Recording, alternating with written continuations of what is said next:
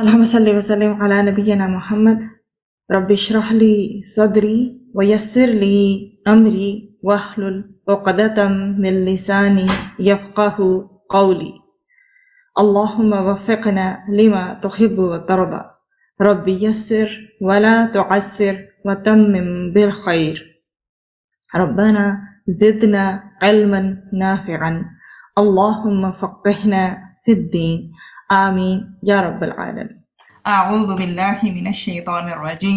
149 ہے وَمِنْ حَيْثُ اور جہاں کہیں سے خرجتا نکلیں آپ فولی تو پھیر لیجئے وجہ کا چہرہ اپنا شطرہ طرف المسجدی مسجد الحرامی حرام کے وَإِنَّهُ اور بے شک وہ لَلْحَقُ البتہ حق ہے من ربی کا آپ کے رب کی طرف سے وما اور نہیں اللہ بغافل غافل عما اس سے جو تعملون تم عمل کرتے ہو.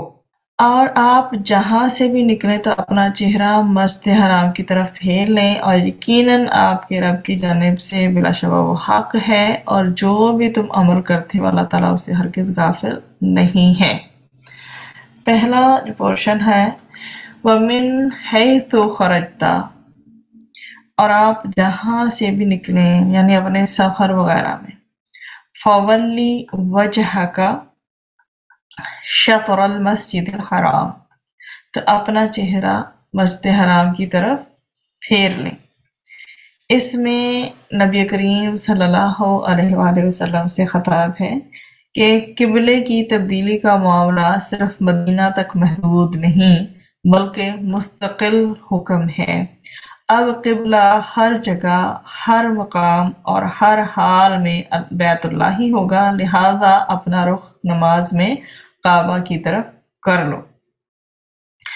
مسجد حرام کو قبلہ مقرر کرنا اللہ سبحانہ وتعالیٰ کی نعمت اسلام کی تکمیل تھی. جو اللہ تعالیٰ نے دین اسلام عطا فرمایا اس کی تکمیل کی علامت تھی.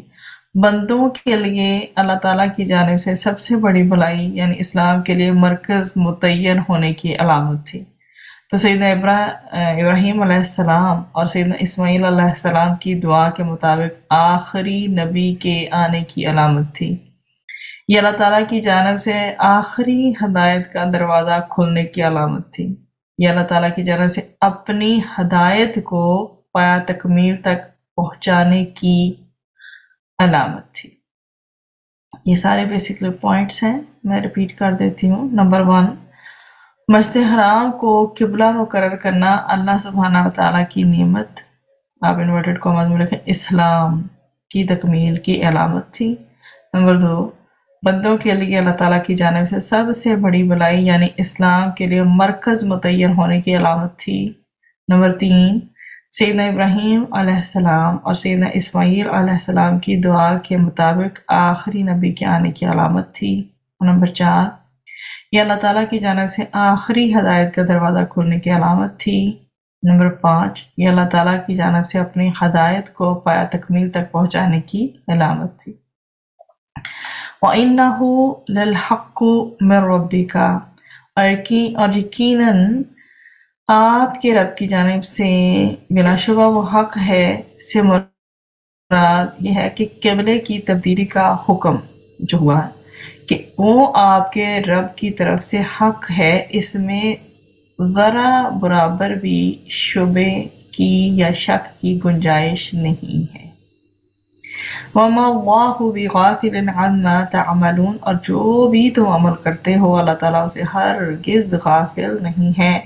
اس میں تو اللہ تعالیٰ نے مسجد حرام کی طرف رخ پھیرنے کا حکم دے کر یہ شعور دلایا ہے کہ جو تم عمل کرتے ہو اللہ تعالیٰ اسے ہرگز غافل نہیں لہٰذا کیا کرو رخ پھیر لو. تو اللہ تعالیٰ نے اپنے باخبر ہونے کی جو یہاں پہ بتایا اللہ سبحانہ وتعالیٰ نے اپنے باخبر ہونے کے حوالے سے بتایا ہے اور کس طرف قبلہ رخ ہونے کی طرف اور خیر کی طرف بڑھنے کی ترغیب دلائی ہے اور ان سب چیزوں کے اپوزٹ جانے کی مطلب کہ اللہ تعالیٰ نے تو ہی حکم دیا کہ قبلہ رخ کر لو. اب انسان جو ہے اس کو مانتا ہے یا نہیں مانتا. اگر مانتا ہے تب بھی اللہ تعالیٰ باخبر ہے، اور اگر نہیں مان رہا اور ادھر قبلہ رخ نہیں ہو رہا سپوز، تب بھی اللہ سبحانہ وتعالیٰ جانتا ہے، ایون سینوں کے چھپے بھید بھی جانتا ہے۔